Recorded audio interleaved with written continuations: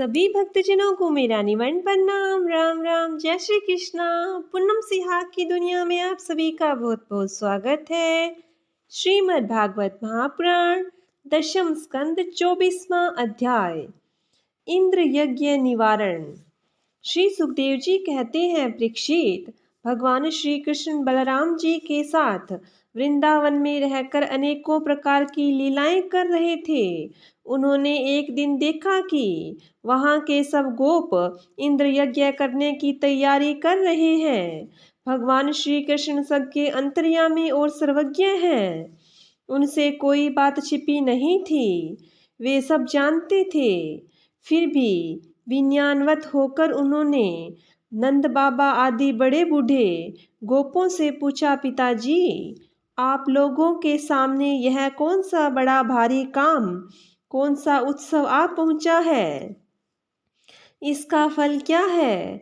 किस उद्देश्य से, कौन लोग किन साधनों के द्वारा यह यज्ञ किया करते हैं? पिताजी, आप मुझे यह अवश्य बतलाइए। आप मेरे पिता हैं और मैं आपका पुत्र। ये बातें सुनने के लिए मुझे बड़ी उत्कंठा भी है। पिताजी, जो संत पुरुष सबको अपनी आत्मा मानते हैं, जिनकी दृष्टि में अपने और पराये का भेद नहीं है, जिनका न कोई मित्र है, न शत्रु और न उदासीन, उनके पास छिपाने की तो कोई बात होती ही नहीं।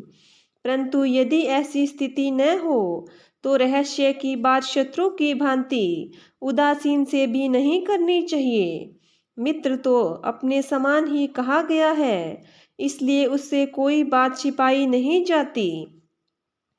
यह संसारी मनुष्य समझे बेसमझे अनेकों प्रकार के कर्मों का अनुष्ठान करता है। उनमें से समझ बूझ कर करने वाले पुरुषों के कर्म जैसे सफल होते हैं, वैसे बेसमझ के नहीं। अतः इस समय आप लोग जो क्रिया योग करने जा रहे हैं, वह सुहृदयों के साथ विचारित शास्त्र सम्मत है अथवा लौकिक ही है। मैं यह सब जानना चाहता हूँ। आप कृपा करके स्पष्ट रूप से बतलाइए। नंद बाबा ने कहा, बेटा, भगवान इंद्र वर्षा करने वाले मेघों के स्वामी हैं। ये मेघ उन्हीं के अपने रूप हैं। वे समस्त प्राणियों को तृप्त करने वाला एवं जीवन दान करने वाला जल बरसाते हैं। मेरे पुत्र, हम और दूसरे लोग भी उन्हीं मेघपति भगवान इंद्र की यज्ञों के द्वारा पूजा किया करते हैं। जिन सामग्रियों से यज्ञ होता है, वे भी उनके बरसाए हुए शक्तिशाली जल से ही उत्पन्न होती है। उनका यज्ञ करने के बाद जो कुछ बचा रहता है, उसी अन्न से हम सब मनुष्य अर्थ, धर्म और काम रूप त्रिवर्ग की सिद्धि के लिए अपना जीवन निर्वाह करते हैं। मनुष्यों की खेती आदि प्रयत्नों के फल देने वाले इंद्र ही हैं। हम धर्म हमारी कुल परंपरा से चला आया है। यह धर्म जो मनुष्य काम, लोभ, भय और द्वेषवश ऐसे परंपरागत धर्म को छोड़ देता है, उसका कभी मंगल नहीं होता।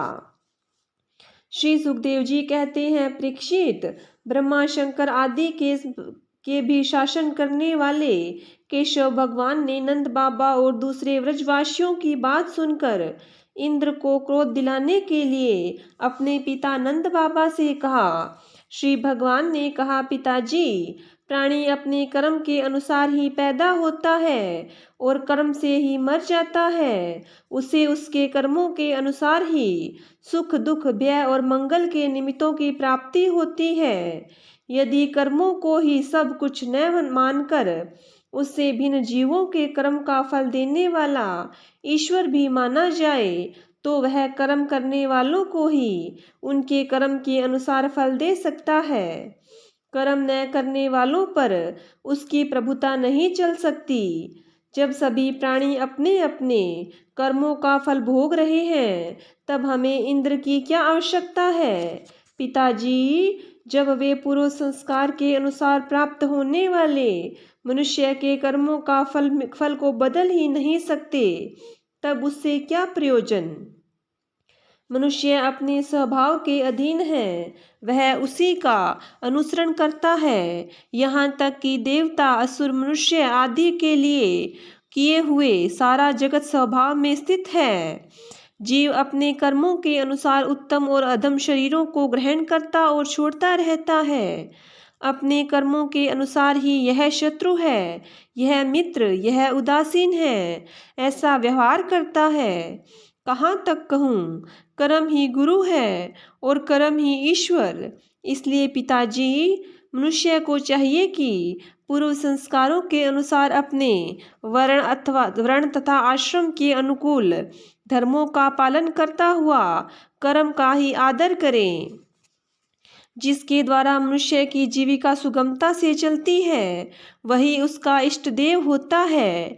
जैसे अपने विवाहित पति को छोड़कर जार पति का सेवन करने वाली व्यभिचारिणी स्त्री कभी शांति लाभ नहीं करती, वैसे ही जो मनुष्य अपनी आजीविका चलाने वाले एक देवता को छोड़कर किसी दूसरे की उपासना करते हैं, उससे उन्हें कभी सुख नहीं मिलता। ब्राह्मण वेदों के अध्ययन अध्यापन से, क्षत्रिय पृथ्वी पालन से, वैश्य वार्तावृत्ति से और शूद्र ब्राह्मण क्षत्रिय और वैश्यों की सेवा से अपनी जीविका का निर्वाह करें। वैश्यों की वार्तावृत्ति 4 प्रकार की है: कृषि, वाणिज्य, गोरक्षा और ब्याज लेना। हम लोग उन चारों में से एक केवल गोपालन ही सदा से करते आए हैं। पिताजी, इस संसार की स्थिति, उत्पत्ति और अंत के कारण क्रमशः सतगुण, रजोगुण और तमोगुण है। यह विविध प्रकार का संपूर्ण जगत स्त्री पुरुष के संयोग से रजोगुण के द्वारा उत्पन्न होता है। उसी रजोगुण की प्रेरणा से मेघगण सब कहीं जल बरसाते हैं। उसी से अन्न और अन्न से ही सब जीवों की जीविका चलती है। इसमें भला इंद्र का क्या लेना देना है? वह भला क्या कर सकता है? पिताजी, न तो हमारे पास किसी देश का राज्य है और न तो बड़े बड़े नगर ही हमारे अधीन हैं। हमारे पास गांव या घर भी नहीं है। हम तो सदा के वनवासी हैं। वन और पहाड़ ही हमारे घर हैं। इसलिए हम लोग गौओं, ब्राह्मणों और गिरिराज की यजन करने की तैयारी करें। इंद्र यज्ञ के लिए जो सामग्रियां इकट्ठी की गई है, उन्हीं से हम इस यज्ञ का अनुष्ठान होने दें। अनेकों प्रकार के पकवान, खीर, हलवा, पूरी, पुआ आदि से लेकर मूंग की दाल तक बनाए जाएं। व्रज का सारा दूध एकत्र कर लिया जाए। वेदवादी ब्राह्मणों के द्वारा भली भांति हवन कराया जाए तथा उन्हें अनेकों प्रकार की अन्न, गव्यें और दक्षिणाएं दी जाए। और भी चांडाल, पतित और तथा कुत्तों को यथा योग्य वस्तुएं देकर गायों को चारा दिया जाए और फिर गिरिराज को भोग लगाया जाए। इसके बाद खूब प्रसाद खा पीकर, सुंदर सुंदर वस्त्र पहनकर, गहनों से सजा लिया जाए और चंदन लगाकर गौ, ब्राह्मण, अग्नि और गिरिराज गोवर्धन की प्रदक्षिणा की जाए। पिताजी, मेरी तो ऐसी ही सम्मति है। यदि आप लोगों को रुचे तो ऐसा ही कीजिए। ऐसा यज्ञ गौ, ब्राह्मण और गिरिराज को तो प्रिय होगा ही, मुझे भी बहुत प्रिय है। श्री सुखदेव जी कहते हैं, परीक्षित, कालात्मा भगवान की इच्छा थी कि इंद्र का घमंड चूर चूर कर दे। नंद बाबा आदि गोपों ने उनकी बात सुनकर बड़ी प्रसन्नता से स्वीकार कर ली। भगवान श्री कृष्ण ने जिस प्रकार का यज्ञ करने को कहा था, वैसा ही यज्ञ उन्होंने प्रारंभ किया। पहले ब्राह्मणों से स्वस्ति वाचन कराकर उसी सामग्री से गिरिराज और ब्राह्मणों को सादर भेंटें दी तथा गौओं को हरी हरी घास खिलाई। इसके बाद नंद बाबा आदि गोपों ने गौओं को आगे करके गिरिराज की प्रदक्षिणा की। ब्राह्मणों का आशीर्वाद प्राप्त करके वे और गोपियां भली भांति श्रृंगार करके बेलों से जुती हुई गाड़ियों पर सवार होकर भगवान श्री कृष्ण की लीलाओं का गान करती हुई गिरिराज की परिक्रमा करने लगी। भगवान श्री कृष्ण गोपों को विश्वास दिलाने के लिए गिरिराज के ऊपर एक दूसरा विशाल शरीर धारण करके प्रकट हो गए तथा मैं गिरिराज हूँ। इस प्रकार कहते हुए सारी सामग्री आरोगने लगे। भगवान श्री कृष्ण ने अपने उस स्वरूप को दूसरे व्रजवासियों के साथ स्वयं भी प्रणाम कर किया और कहने लगे, देखो कैसा आश्चर्य है। गिरिराज ने साक्षात प्रकट होकर हम पर कृपा की है। ये चाहे जैसा रूप धारण कर सकते हैं। जो वनवासी जीव इनका निरादर करते हैं उन्हें ये नष्ट कर डालते हैं। आओ, अपना और गौओं का कल्याण करने के लिए इन गिरिराज को हम नमस्कार करें। इस प्रकार भगवान श्री कृष्ण की प्रेरणा से नंद बाबा आदि बड़े बूढ़े गोपों ने गिरिराज, गौ और ब्राह्मणों का विधि पूर्वक पूजन किया तथा फिर श्री कृष्ण के साथ सब व्रज में लौट आए। 25वां अध्याय गोवर्धन धारण। श्री सुखदेव जी कहते हैं, परीक्षित, जब इंद्र को पता लगा कि मेरी पूजा बंद कर दी गई है तब वे नंद बाबा आदि गोपों पर बहुत ही क्रोधित हुए। परंतु उनके क्रोध करने से होता ही क्या, उन गोपों के रक्षक तो स्वयं भगवान श्री कृष्ण थे। इंद्र को अपने पद पर बड़ा घमंड था। वे समझते थे कि मैं ही त्रिलोकी का ईश्वर हूँ। उन्होंने क्रोध से तिल मिलाकर प्रलय करने वाले मेघों के सांवर्तक नामक यण को वज्र पर चढ़ाई करने की आज्ञा दी और कहा, ओह, इन जंगली ग्वालों को इतना घमंड, सचमुच यह धन का ही नशा है। भला देखो तो सही, एक साधारण मनुष्य कृष्ण के बल पर उन्होंने मुझ देवराज का अपमान कर डाला। जैसे पृथ्वी पर बहुत से मंदबुद्धि पुरुष भवसागर से पार कर जाने के सच्चे साधन ब्रह्म विद्या को तो छोड़ देते हैं और नाम मात्र की टूटी हुई नाव से, कर्म में यज्ञों से इस घोर संसार सागर को पार करना चाहते हैं। कृष्ण बकवादी, नादान, अभिमानी और मूर्ख होने पर भी अपने को बहुत बड़ा ज्ञानी समझता है। वह स्वयं मृत्यु का ग्रास है, फिर भी उसी का सहारा लेकर इन अहीरों ने मेरी अवहेलना की है। एक तो ये यूं ही धन के नशे में चूर हो गए हैं, दूसरे कृष्ण ने इनको और भी बढ़ावा दे दिया है। अब तुम लोग जाकर इनके इस धन के घमंड को हेकड़ी को धूल में मिला दो तथा उनके पशुओं का संहार कर डालो। मैं भी तुम्हारे पीछे पीछे इरावत हाथी पर चढ़कर नंद के व्रज का नाश करने के लिए महापराक्रमी वरुदगणों के साथ आता हूँ। श्री सुखदेव जी कहते हैं, परीक्षित, इंद्र ने इस प्रकार प्रलय के मेघों को आज्ञा दी और उनके बंधन खोल दिए। अब वे बड़े बड़े वेग से नंद बाबा के व्रज पर चढ़ आए और मूसलाधार पानी बरसाकर सारे व्रज को पीड़ित करने लगे। चारों ओर बिजलियां चमकने लगी, बादल आपस में टंकार कर कड़कने लगे। प्रचंड आंधी की प्रेरणा से वे बड़े बड़े ओले बरसाने लगे। इस प्रकार जब दल के दल बादल बार बार आकर खंबे के समान मोटी मोटी धाराएं गिराने लगे तब व्रजभूमि का कोना कोना पानी से भर गया और कहाँ नीचा है कहाँ ऊंचा इसका पता चलाना कठिन हो गया।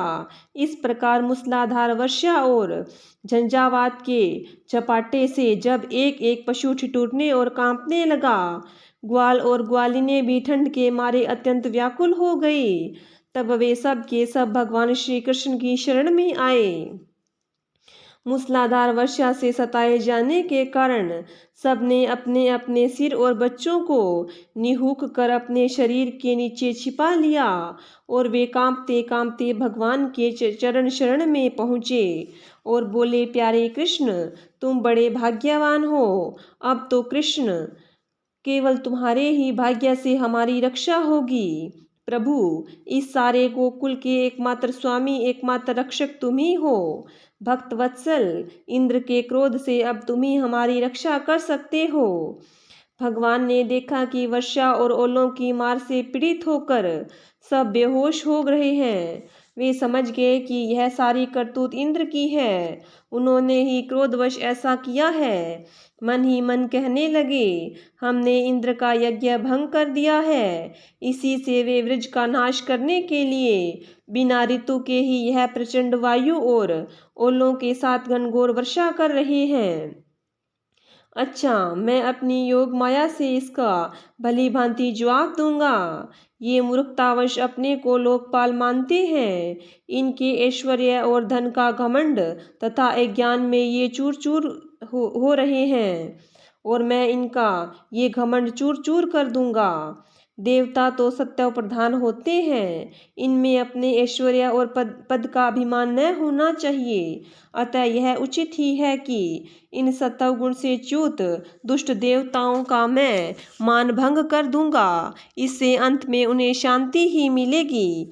यह सारा व्रज मेरे आश्रित है, मेरे द्वारा स्वीकृत है, और एकमात्र मैं ही इसका रक्षक हूँ। अतः मैं अपनी योग माया से इसकी रक्षा करूँगा। संतों की रक्षा करना तो मेरा व्रत ही है। अब उनके पालन का अवसर आ पहुँचा है। इस प्रकार कहकर भगवान श्री कृष्ण ने खेल खेल में एक ही हाथ से गिरिराज गोवर्धन को उखाड़ लिया, और जैसे छोटे छोटे बालक बरसाती छत्ते के पुष्प को उखाड़कर हाथ में रख लेते हैं, वैसे ही उन्होंने उस पर्वत को धारण कर लिया। इसके बाद भगवान ने गोपों से कहा, माताजी, पिताजी और व्रजवासियों, तुम लोग अपनी गौओं और सब सामग्रियों के साथ इस पर्वत के गड्ढे में आकर आराम से बैठ जाओ। देखो, तुम लोग ऐसी शंका न करना कि मेरे हाथ से यह पर्वत गिर पड़ेगा। तुम लोग तनिक भी मत डरो। इस आंधी पानी के डर से तुम्हें बचाने के लिए ही मैंने यह युक्ति रची है। जब भगवान श्री कृष्ण ने इस प्रकार सबको आश्वासन दिया, ढांढस बंधाया, तब सब के सब ग्वाल अपने अपने गोधन, चकड़ों, आश्रितों, पुरोहितों और भृत्यों को अपने अपने साथ लेकर सुबीते के अनुसार गोवर्धन के गड्ढे में आ घुसे। भगवान श्री कृष्ण ने सब व्रजवासियों के देखते देखते भूख प्यास की पीड़ा, आराम विश्राम की आवश्यकता आदि सब कुछ भुलाकर 7 दिन तक लगातार उस पर्वत को उठाए रखा। वे एक डग भी वहां से इधर उधर नहीं हुए। श्री कृष्ण की योग माया का यह प्रभाव देखकर इंद्र को आश्चर्य का ठिकाना न रहा। इंद्र के आश्चर्य का ठिकाना न रहा। अपना संकल्प पूरा न होने के कारण उनकी सारी हेकड़ी बंद हो गई थी। वे भौचक्के से रह गए। इसके बाद उन्होंने मेघों को अपने आप वर्षा करने से रोक दिया। जब गोवर्धनधारी भगवान श्री कृष्ण ने देखा कि वह भयंकर आंधी और घनघोर वर्षा बंद हो गई, आकाश से बादल छट गए और सूर्य दिखने लगे, तब उन्होंने गोपों से कहा, मेरे प्यारे गोपों, अब तुम लोग निडर हो जाओ और अपनी स्त्रियां, गोधन और बच्चों के साथ बाहर निकल जाओ। देखो, अब आंधी पानी बंद हो गया है तथा नदियां का पानी भी उतर गया। भगवान की ऐसी आज्ञा पाकर अपने अपने गोधन, स्त्रियों, बच्चों और बूढ़ों को साथ ले तथा अपनी सामग्री छकड़ों पर लाद कर धीरे धीरे सब लोग बाहर निकल आए। सर्वशक्तिमान भगवान श्री कृष्ण ने भी सब प्राणियों के देखते देखते खेल खेल में ही गिरिराज को पूर्ववत उसके स्थान पर रख दिया। ब्रजवासियों का हृदय प्रेम के आवेग से भर रहा था। पर्वत को देखते ही वे भगवान श्री कृष्ण के पास दौड़ आए। कोई उन्हें हृदय से लगाने और कोई चूमने लगा। सब ने उनका सत्कार किया। बड़ी बूढ़ी गोपियों ने बड़े आनंद और स्नेह से दही, चावल, जल आदि से उनका मंगल तिलक किया और उन्मुक्त हृदय से शुभ आशीर्वाद दिए। यशोदा रानी, रोहिणी जी, नंद बाबा और बलवानों में श्रेष्ठ बलराम जी ने स्नेह आतुर होकर श्री कृष्ण को हृदय से लगा लिया तथा आशीर्वाद दिए। परीक्षित, उस समय आकाश में स्थित देवता, साध्य, सिद्ध, गंधर्व और चारण आदि प्रसन्न होकर भगवान की स्तुति करते हुए उन पर फूलों की वर्षा करने लगे। राजन, स्वर्ग में देवता लोग शंख और नौबत बजाने लगे। तुम्बुरु आदि गंधर्वराज भगवान की मधुर लीला का गान करने लगे। इसके बाद भगवान श्री कृष्ण ने व्रज की यात्रा की। उनके बगल में बलराम जी भी चल रहे थे और उनके प्रेमी ग्वाल बाल भी उनकी सेवा कर रहे थे। उसके साथ ही प्रेममयी गोपियां भी अपने हृदय को आकर्षित करने वाले, उसमें प्रेम जगाने वाले भगवान की गोवर्धन धारण आदि लीलाओं का गान करते हुए बड़े आनंद से व्रज में लौट आई। 26वां अध्याय। नंद बाबा से गोपों की श्री कृष्ण के प्रभाव के विषय में बातचीत। श्री सुखदेव जी कहते हैं, परीक्षित, व्रज के गोप भगवान श्री कृष्ण के ऐसे अलौकिक क्रम देखकर बड़े आश्चर्य में पड़ गए। उन्हें भगवान की अनंत शक्ति का तो पता था नहीं। वे इकट्ठे होकर आपस में इस प्रकार कहने लगे, इस बालक के ये कर्म बड़े अलौकिक है। इसका हमारे जैसे ग्वार ग्रामीणों में जन्म लेना तो इसके लिए बड़ी निंदा की बात है। यह भला कैसे उचित हो सकता है? जैसे गजराज कोई कमल उखाड़ कर उसे ऊपर उठा ले और धारण करे, वैसे ही इस नन्हे से 7 वर्ष के बालक ने ऐसे ही हाथ में गिरिराज गोवर्धन को उखाड़ लिया और खेल खेल में 7 दिनों तक उठाए रखा। यह साधारण मनुष्य के लिए भला कैसे संभव है? जब यह नन्हा सा बच्चा था, उस समय बड़ी भयंकर राक्षसी पूतना आई और इसने आंख बंद किए किए ही उसका स्तन तो पिया ही, प्राण भी पी डाले। ठीक वैसे ही जैसे काल आयु को निगल जाता है। जिस समय यह केवल 3 महीने का था और छकड़े के नीचे सोकर रो रहा था, उस समय रोते रोते इसने ऐसा पांव उछाला कि उसकी ठोकर से वह बड़ा भारी छकड़ा उलटकर गिर ही पड़ा। उस समय तो यह 1 ही वर्ष का था जब दैत्य बवंडर के रूप में उसे बैठे बैठे आकाश में उड़ा ले गया था। तुम सब जानते ही हो कि इसने उस तृणाव्रत दैत्य को गला घोट कर मार डाला। उस दिन की बात तो सभी जानते ही हैं कि माखन चोरी करने पर यशोदा रानी ने इसे ऊँखल से बांध दिया था। यह घुटने के बल बकैया खींचते खींचते उन दोनों विशाल अर्जुन वृक्षों के बीच में से निकल गया और उन्हें उखाड़ ही डाला। जब यह ग्वाल बाल और बलराम जी के साथ बछड़ों को चराने के लिए वन में गया हुआ था, उस समय इसको मार डालने के लिए एक दैत्य बगुले के रूप में आया था। इसने दोनों हाथों से उसके दोनों ठोर पकड़कर उसे तिनके की तरह चीर डाला। जिस समय इसको मार डालने की इच्छा से एक दैत्य बछड़े के रूप में बछड़ों के झुंड में घुस गया था, उस समय इसने उस दैत्य को खेल ही खेल में मार डाला और उसे कैथ के पेड़ों पर पटक कर उन पेड़ों को भी गिरा दिया। इसने बलराम जी के साथ मिलकर गधे के रूप में रहने वाले धेनुकासुर तथा उसके भाई बंधुओं को मार डाला और पके हुए फलों से पूर्ण तालवान को सबके लिए उपयोगी और मंगलमय बना दिया। इसी ने बलशाली बलराम जी के द्वारा क्रूर प्रलंबासुर को मरवा डाला तथा दावानल से गौओं और ग्वार बालों को उबार लिया। यमुना जल में रहने वाला कालिया नाग कितना विषैला था, परंतु इसने उसका भी मान मर्दन कर उसे बलपूर्वक दह से निकाल लिया और यमुना जी का जल सदा के लिए विष रहित अमृतमय बना दिया। नंद जी, हम यह देखते हैं कि तुम्हारे इस सांवले बालक पर हम सभी व्रजवासियों का अनंत प्रेम है और इसका भी हम पर स्वाभाविक ही स्नेह है। क्या आप बतला सकते हैं कि इसका क्या कारण है?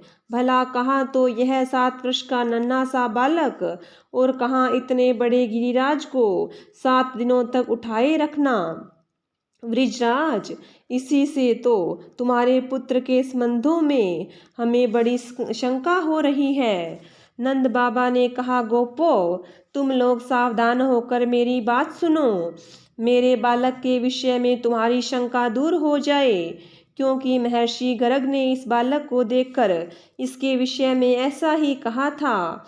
तुम्हारा यह बालक प्रत्येक युग में शरीर ग्रहण करता है। विभिन्न युगों में इसके श्वेत रंग, श्वेत, रक्त और पीत, ये भिन्न भिन्न रंग स्वीकार किए थे। इस प्रकार यह कृष्ण वर्ण हुआ है। नंद जी, यह तुम्हारा पुत्र पहले कहीं वसुदेव के घर भी पैदा हुआ था, इसलिए इस रहस्य को जानने वाले लोग इसका नाम श्रीमान वसुदेव है, ऐसा कहते हैं। तुम्हारे पुत्र के गुण और कर्मों के अनुरूप और भी बहुत से नाम हैं तथा बहुत से रूप। मैं तो उन नामों को जानता हूँ, परंतु संसार के साधारण लोग नहीं जानते। यह तुम लोगों का परम कल्याण करेगा। समस्त गोप और गौओं को यह बहुत ही आनंदित करेगा। इसकी सहायता से तुम लोग बड़ी बड़ी विपत्तियों को बड़ी सुगमता से पार कर लोगे। वृजराज, पूर्व काल में एक बार पृथ्वी में कोई राजा नहीं रह गया था। डाकुओं ने चारों ओर लूट खसोट मचा रखी थी। तब तुम्हारे इसी पुत्र ने सज्जन पुरुषों की रक्षा की और इससे बल पाकर उन लोगों ने लुटेरों पर विजय प्राप्त की। नंद बाबा, जो तुम्हारे इस सांवले शिशु से प्रेम करते हैं वे बड़े भाग्यवान हैं। जैसे विष्णु भगवान के कर कमलों की छत्र छाया में रहने वाले देवताओं को असुर नहीं जीत सकते, वैसे ही इससे प्रेम करने वालों को भीतरी या बाहरी किसी भी प्रकार के शत्रु नहीं जीत सकते। नंद जी, चाहे जिस दृष्टि से देखें, गुण से, ऐश्वर्य से और सौंदर्य से, कीर्ति और प्रभाव से तुम्हारा बालक स्वयं भगवान नारायण के ही समान है। अतः इस बालक के अलौकिक कार्यों को देखकर आश्चर्य न करना चाहिए। गोपो, मुझे स्वयं गर्गाचार्य जी यह आदेश देकर अपने घर चले गए। तब से मैं अलौकिक और परम सुखद कर्म करने वाले इस बालक को भगवान नारायण का ही अंश मानता हूँ। जब व्रजवासियों ने नंद बाबा के मुख से गर्गा जी की यह बात सुनी, तब उनका विस्मय जाता रहा, क्योंकि अब वे अमित तेजस्वी भगवान श्री कृष्ण की प्रभाव को पूर्ण रूप से देख और सुन चुके थे। आनंद में भरकर उन्होंने नंद बाबा और श्री कृष्ण की भूरी भूरी प्रशंसा की। जिस समय अपना यज्ञ भंग हो जाने के कारण इंद्र क्रोध के मारे आग बबूला हो रहे थे और मूसलाधार वर्षा करने लगे थे, उस समय वज्रपात, ओलों की बौछार और प्रचंड आंधी से स्त्री, पशु और ग्वाले अत्यंत पीड़ित हो गए थे। अपनी शरण में रहने वाले व्रजवासियों की यह दशा देखकर भगवान का हृदय करुणा से भर आया, परंतु फिर भी एक नई लीला करने के विचार से वे तुरंत ही मुस्कुराने लगे। जैसे कोई नन्हा सा निर्बल बालक खेल खेल में ही बरसाती छत्ते का पुष्प उखाड़ ले, वैसे ही उन्होंने एक हाथ से ही गिरिराज गोवर्धन को उखाड़कर धारण कर लिया और सारे व्रज की रक्षा की। इंद्र का मदचूर करने वाले वे ही भगवान गोविंद हम पर प्रसन्न हो। 27वां अध्याय, श्री कृष्ण का अभिषेक। श्री सुखदेव जी कहते हैं, परीक्षित, जब भगवान श्री कृष्ण ने गिरिराज गोवर्धन को धारण करके मूसलाधार वर्षा से व्रज को बचा लिया, तब उनके पास गोलोक से कामधेनु बधाई देने के लिए और स्वर्ग से देवराज इंद्र अपने अपराध को क्षमा कराने के लिए आए। भगवान का तिरस्कार करने के कारण इंद्र बहुत ही लज्जित थे, इसलिए उन्होंने एकांत समय में भगवान के पास जाकर अपने सूर्य के समान तेजस्वी मुकुट से उनके चरणों का स्पर्श किया। परम तेजस्वी भगवान श्री कृष्ण का प्रभाव देख सुनकर इंद्र का यह घमंड जाता रहा कि मैं ही तीनों लोकों का स्वामी हूँ। अब उन्होंने हाथ जोड़कर उनकी स्तुति की। इंद्र ने कहा, भगवन, आपका स्वरूप परम शांत, ज्ञानमय, रजोगुण और तमोगुण से रहित एवं विशुद्ध अप्राकृत सत्वमय है। यह गुणों के प्रवाह रूप से प्रतीत होने वाला प्रपंच केवल माया में है, क्योंकि आपका स्वरूप न जानने के कारण ही आप में इसकी प्रतीति होती है। जब आपका संबंध अज्ञान और उसके कारण प्रतीत होने वाले देह आदि से है ही नहीं, फिर उन देह आदि की प्राप्ति के कारण तथा उन्हीं से होने वाले लोभ क्रोध आदि दोष आपसे में ही हो ही कैसे सकते हैं। प्रभु, इन दोषों का होना तो अज्ञान का लक्षण है। इस प्रकार यद्यपि अज्ञान और उससे होने वाले जगत से आपका कोई संबंध नहीं है, फिर भी धर्म की रक्षा और दुष्टों का दमन करने के लिए आप अवतार ग्रहण करते हैं और निग्रह अनुग्रह भी करते हैं। आप जगत के पिता, गुरु और स्वामी हैं। आप जगत का नियंत्रण करने के लिए दंड धारण किए हुए दुस्तर काल हैं। आप अपने भक्तों की लालसा पूर्ण करने के लिए स्वच्छंदता से लीला शरीर प्रकट करते हैं, और जो लोग हमारी तरह अपने को ईश्वर मान बैठते हैं, उनका मान मर्दन करते हुए अनेकों प्रकार की लीलाएं करते हैं।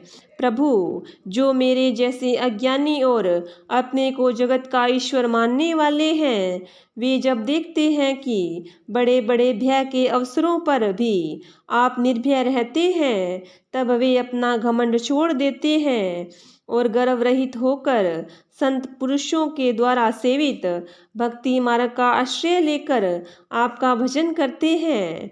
प्रभु, आपकी एक एक चेष्टा दुष्टों के लिए दंड विधान है। प्रभु, मैंने ऐश्वर्य के मद में चूर होकर आपका अपराध किया है, क्योंकि मैं आपकी शक्ति और प्रभाव के संबंध में बिल्कुल अनजान था। परमेश्वर, आप कृपा करके मुझ मूर्ख अपराधी का यह अपराध क्षमा करें और ऐसी कृपा करें कि मुझे फिर कभी ऐसे दुष्ट अज्ञान का शिकार न होना पड़े। स्वयं प्रकाश इंद्रियातीत परमात्मन, आपका यह अवतार इसलिए हुआ है कि जो असुर सेनापति केवल अपना पेट पालने में ही लग रहे हैं और पृथ्वी के लिए बड़े भारी भार का कारण बन रहे हैं, उनका वध करके उन्हें मोक्ष दिया जाए, और जो आपके चरणों के सेवक हैं, आज्ञाकारी भक्तजन हैं, उनका अभ्युदय हो, उनकी रक्षा हो। भगवन, मैं आपको नमस्कार करता हूँ। आप सर्वांतर्यामी पुरुषोत्तम तथा सर्वात्मा वसुदेव हैं। आप यदुवंशियों के एकमात्र स्वामी, भक्त वत्सल एवं सबके चित्त को आकर्षित करने वाले हैं। मैं आपको बार बार नमस्कार करता हूँ।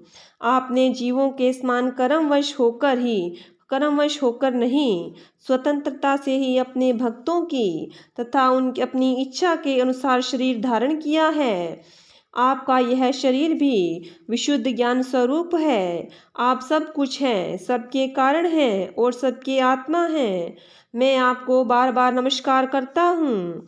भगवन, मेरे अभिमान का अंत नहीं है और मेरा क्रोध भी बहुत ही तीव्र मेरे वश के बाहर है।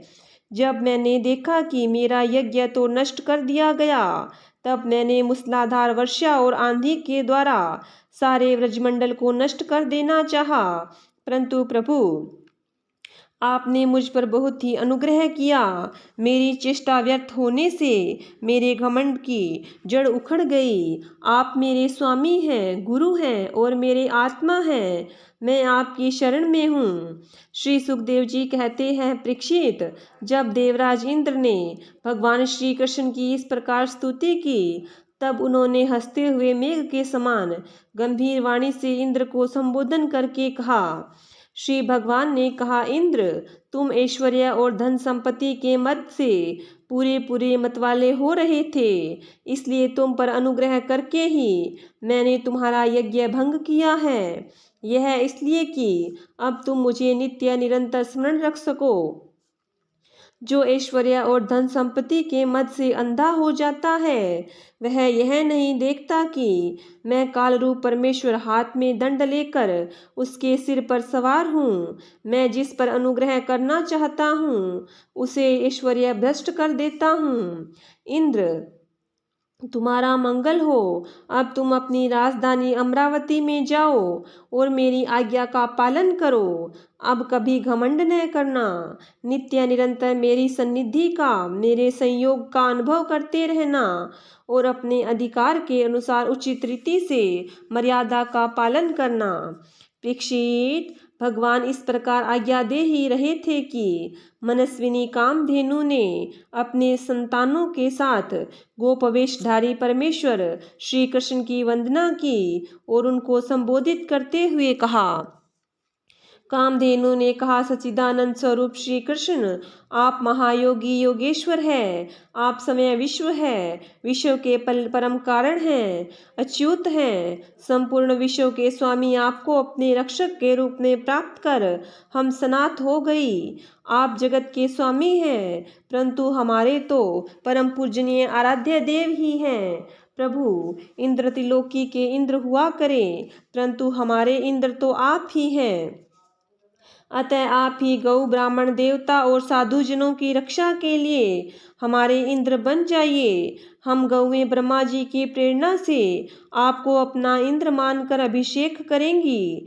विश्वात्मन, आपने पृथ्वी का भार उतारने के लिए ही अवतार धारण किया है।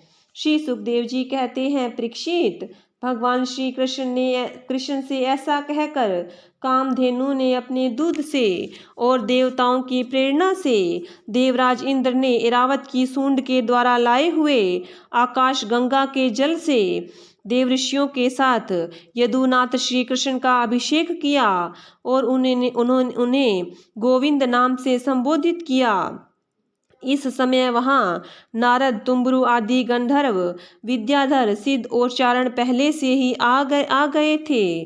वे समस्त संसार के पाप ताप को मिटा देने वाले भगवान के लोक मलापह यश का गान करने लगे और अप्सराएं आनंद से भरकर नृत्य करने लगी।